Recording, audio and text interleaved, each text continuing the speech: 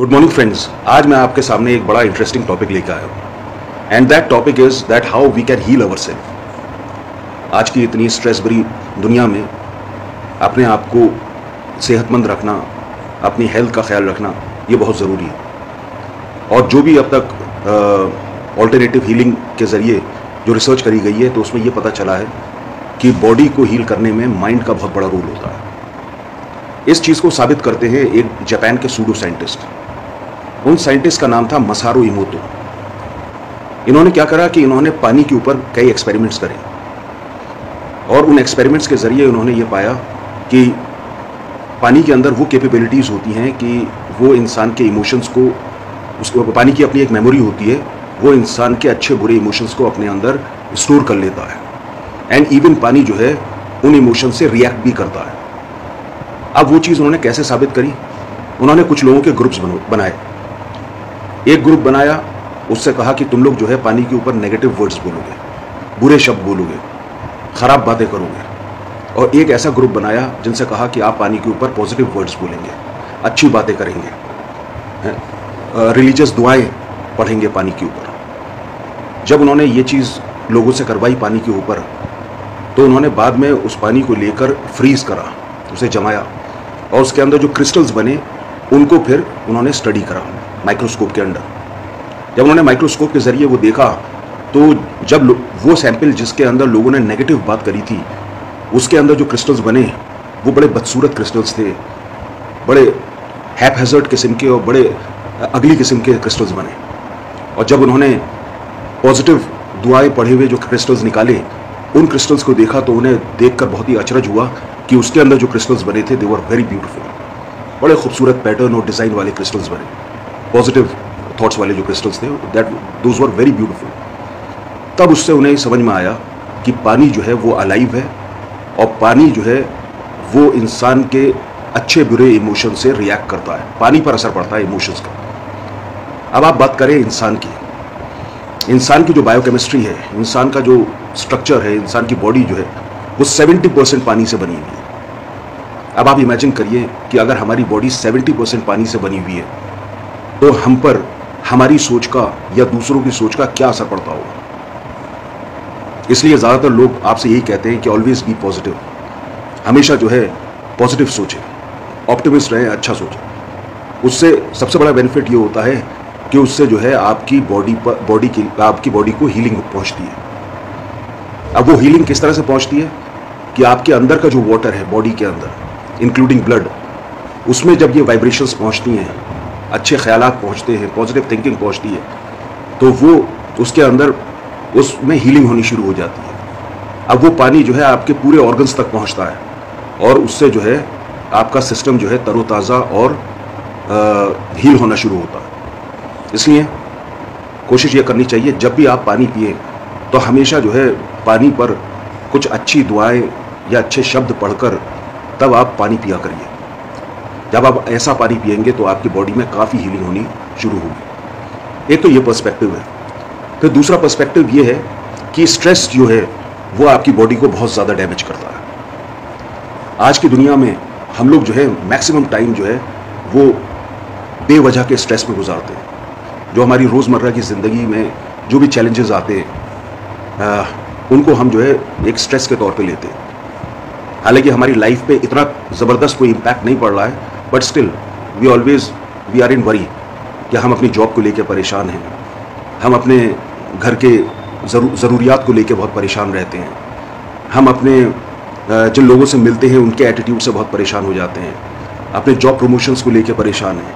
ये कोई इतने बड़े मसले नहीं हैं, बट हम इन चीज़ों को लेकर हर वक्त स्ट्रेस में रहते हैं। अब ये स्ट्रेस जो है ये क्या करता है, ये बॉडी को एक परफेक्ट स्टेट ऑफ हीलिंग से दूर ले आता है और वो परफेक्ट स्टेट ऑफ हीलिंग कहलाती है होम्योस्टैटिस। अब हम स्ट्रेस में रहते हैं तो उस होम्योस्टैटिस से हम दूर रहते हैं। होम्योस्टैटिस का क्या रूल है? होम्योस्टैटिस का ये रूल है कि अगर हम परफेक्ट स्टेट ऑफ होम्योस्टैटिस में होंगे तो हमारे जितने भी ऑर्गन्स हैं वो परफेक्टली काम करेंगे, प्लस हमारे जितने भी बॉडी के ग्लैंड्स हैं वो सही किस्म के हार्मोन्स रिलीज़ करते हैं और हीलिंग हार्मोन्स रिलीज़ करते हैं। और उन हीलिंग हार्मोन्स से हमारी बॉडी हील होती रहती है और रिकवर होती रहती है। इसलिए हमें कोशिश करनी चाहिए कि हम ज़्यादा से ज़्यादा जितना हो सके हम रिलैक्स रहें। जब रिलैक्स रहेंगे तो हमारी हीलिंग होगी उससे। और स्ट्रेस से ये होता है कि स्ट्रेस की वजह से जो है हमारे अंदर से जो है वो स्ट्रेस हार्मोन्स रिलीज होते हैं। शायद हमारे अंदर एंडोक्राइन ग्लैंड्स होते हैं, वो अगर हम बहुत ज़्यादा फियर में होते हैं, डरे हुए होते हैं, तो वो जो है अपने अंदर से जो है एक स्ट्रेस हार्मोन निकालते हैं जिन्हें हम कहते हैं कॉर्टिसोल। और वो कॉर्टिसोल जो है वो हमारी बॉडी के लिए बहुत नुकसानदेह है। हद से ज़्यादा अगर स्ट्रेस हार्मोन्स निकलेंगे और हम स्ट्रेस में रहेंगे तो हमारी बॉडी जो है वो उससे टूटनी शुरू हो जाएगी और उसको नुकसान पहुंचना शुरू हो जाता है। कई किस्म की बीमारियां पैदा हो जाती हैं, like cancer, blood pressure, kidney failure, liver के फंक्शंस ख़राब हो जाते हैं। तो ये सारी चीज़ें होती हैं। ऑन दी अदर हैंड अगर हम रिलैक्स होंगे तो हमारे अंदर से जो है हीलिंग और हैप्पी हार्मोन्स निकलते हैं। वो हीलिंग हार्मोन्स और हैप्पी हार्मोन्स जो हैं बॉडी को हील करने में, रिकवर करने में हमारी मदद करते हैं। हमारे बॉडी के सेल्स जो हैं वो रीजनरेट करते हैं, वो प्रॉपर फंक्शन करते हैं। तो इसलिए अपने आप को रिलैक्स रखना बहुत ज़रूरी है।